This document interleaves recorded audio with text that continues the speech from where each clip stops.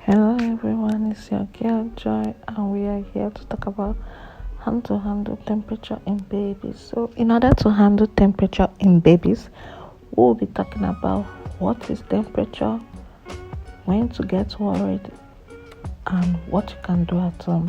So, let's dive in. Managing fever in children. My baby have fever. What is the right thing I should do? Is fever dangerous? No, fever is not dangerous. Fever is actually an immune response of the body telling the body that there is an invasion of a foreign organism. So it helps the body to know that something is wrong and then react appropriately. So fever is actually good, not bad. But what we do with the fever is what will matter.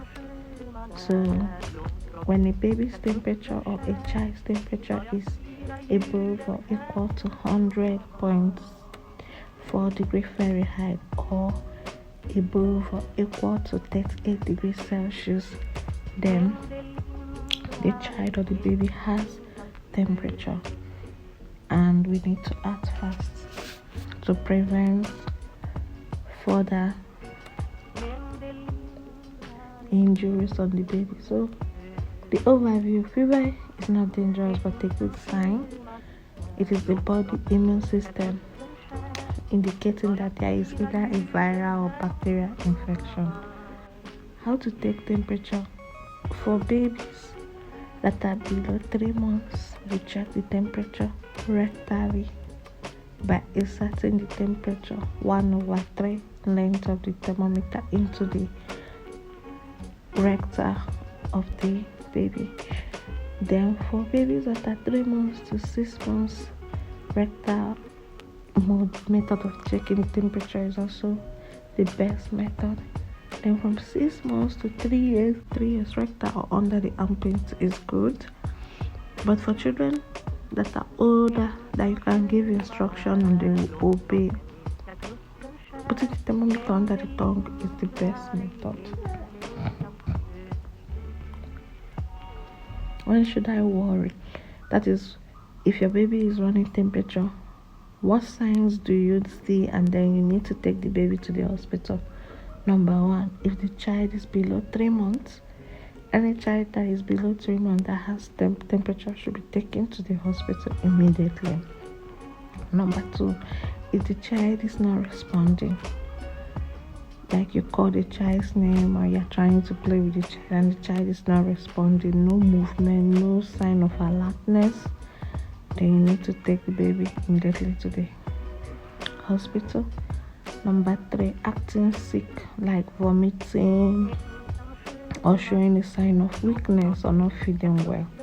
And number four, unexplained pain, like the child is crying and there is no explanation to the pain that the child is having.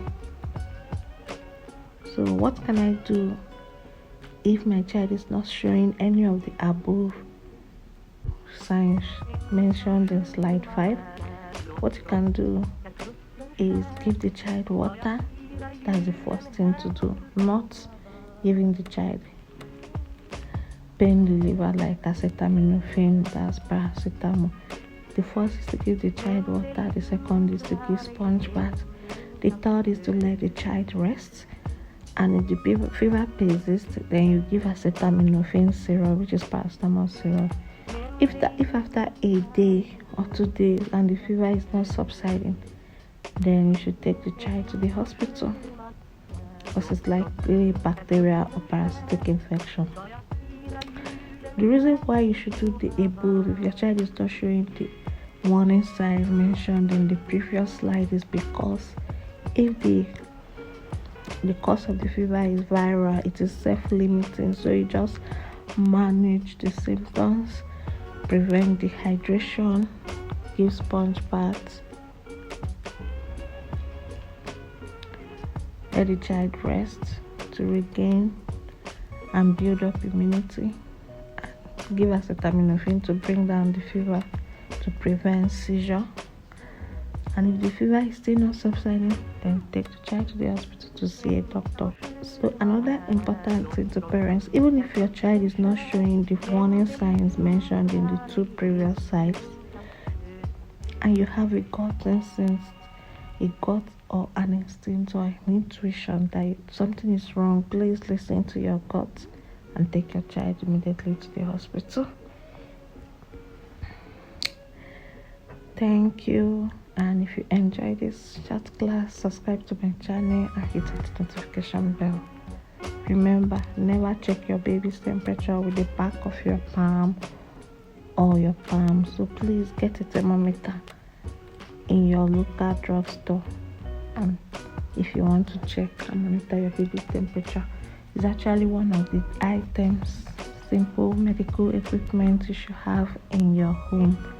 It's not only for children, but for babies, you should use their own separately, and adults shouldn't use it with them. So you may have like two that your older children and adults can use, and then your baby will use his or her own thermometer separately. Thank you and have a nice day. Until next time, bye.